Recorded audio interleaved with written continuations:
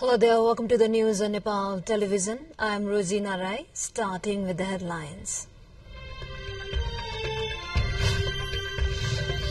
Election to National Assembly Vice Chair today with two candidates in the fray. Code of conduct for by-election to come into force.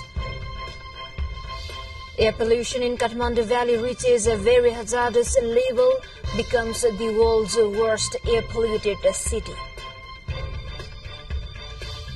5 killed after fire breakout in a populated residential building in Hong Kong, 35 others injured. And Biden says Netanyahu making a mistake in his handling of Gaza, adds Israel must allow for access for aid to reach Gaza for next 6 to 8 weeks.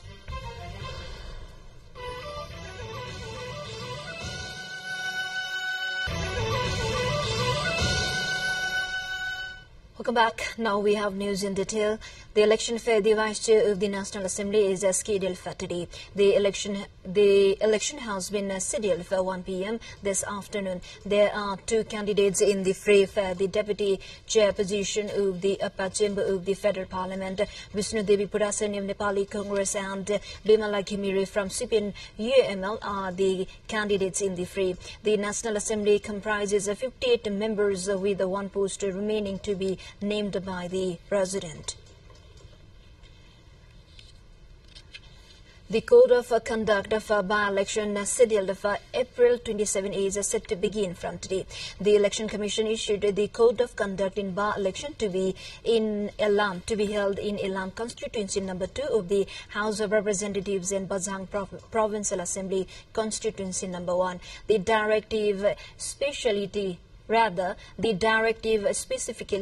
pertains to the political parties and candidates adhering to the election code, as well as obtaining necessary information and details regarding election expenses from Nepal police, other security agencies and office individuals. The meeting of the House of Representatives is slated for today. The meeting, which is summoned for 11 a.m., however, is yet to begin. Earlier, the main opposition party, the Nepali Congress, repeated its demand for forming a parliamentary committee to investigate on those persons charged of embezzling the amount of cooperatives. The party obstructed yesterday's House proceedings. The Nepali Congress has been demanding an investigation over Rabi Lamitsane in the cooperative corruption case, which the ruling alliance denies. The ruling side says House obstruction is not a solution to the problem. The Rashtriya Swatantra Party, on the other hand, has demanded proof into all corruption cases of the past 5 by constitution a high-level proof committee. We take a short break here. Stay with us. Welcome back. You are watching Nepal Television News. Now we have remaining update. Property worth over 20 million rupees was gutted in fire occurred near Lifeline Hospital of Damak, Jhapa last night. The fire rose from a house of local Prem Bahadur Dhimal spread to 3 other houses, causing huge loss of property. District police officers Jhapa informed that even the medical equipment and accessories were damaged in the fire, as it covered the building having a dialysis facility. Hospital chairman Dr. Muktinath Bhattrai informed that the dialysis machine was rendered dysfunctional with the blaze. The blaze was doused with joint efforts of the armed police force, Nepal police and locals. A local woman there said that the fire was spread from a crate lit to avoid a mosquito. Now to international headliners. International headliners we have, and that is from Hong Kong fire. And 5 people have been died in Hong Kong fire in Kowloon County in there, and 35 others are reported to be injured, and the report of the dead and injured are still in the line, and 35 people lately reported to be injured there.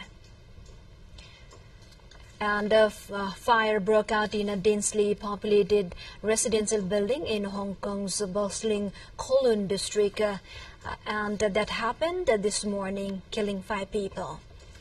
People inside the 16-story building waved towels at windows to signal for rescue, adding that the fire had started at a gym there. Some surrounding roads had to be earlier over, disrupting morning rush hour traffic. Around 150 people were evacuated to safety. The city's government said while 40 people were sent to public hospitals, firefighters are still battling to put out a separate massive blaze there. To the more updates, before that, let's have a quick look into the highlights of the site.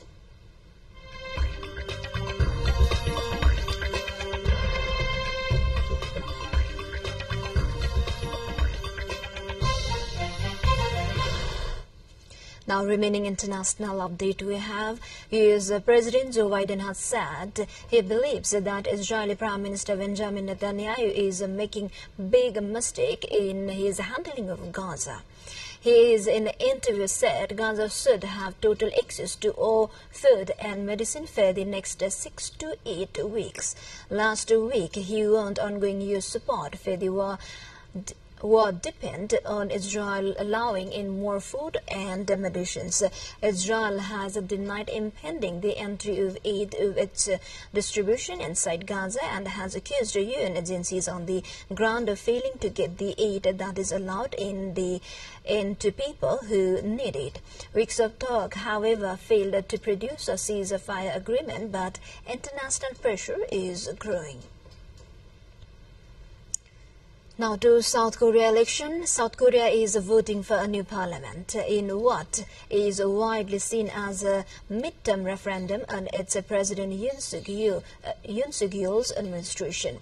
Yoon still have 3 years left in office, but his People Power Party has struggled with the political gridlock in a legislative dominated by the opposition Democratic Party. So it will be hoping to win a majority in the 300-seat parliament. However, he is facing pressure to tackle a host of urgent issues from rising food prices, a rapidly aging population, and ongoing doctors' strike in the country. To the more updates, before that, let's have a quick look into the highlights of the site.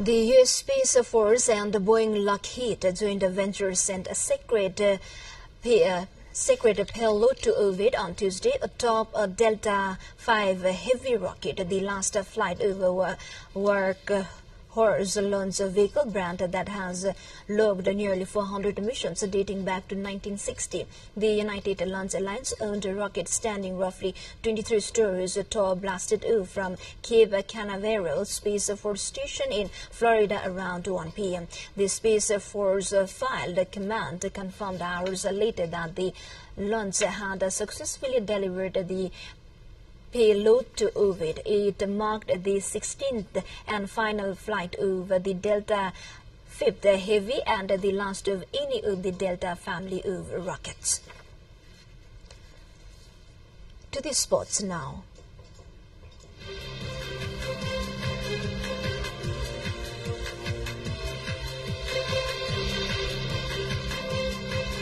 Harry Kane returned to North London with a goal of Arsenal's Champions League hopes were left hanging in the balance after they fought out a draw with Bayern Munich in the quarterfinals of First League at Emirates Stadium.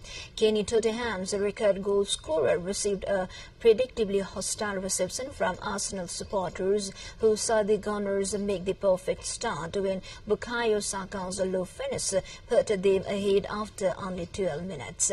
Mikel Arteta's side were not at their full best, but substitute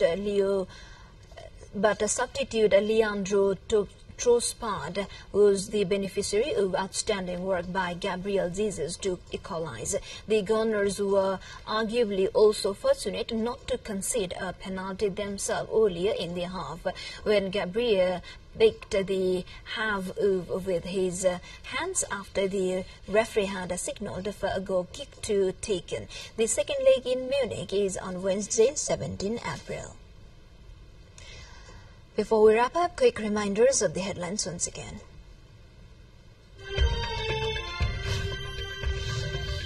Election to National Assembly Vice Chair today, with the two candidates in the free code of conduct for by-election to come into force. Air pollution in Kathmandu Valley reaches a very hazardous level, becomes the world's worst air polluted city. 5 killed after fire break out in a populated residential building in Hong Kong, 35 others injured. And Biden says Netanyahu making a mistake in his handling of Gaza, as Israel must allow full access of aid to reach Gaza for next 6 to 8 weeks. Well, this is all we have for this moment. Until our next bulletin, keep watching Nepal television. Have a good day ahead. Namaste.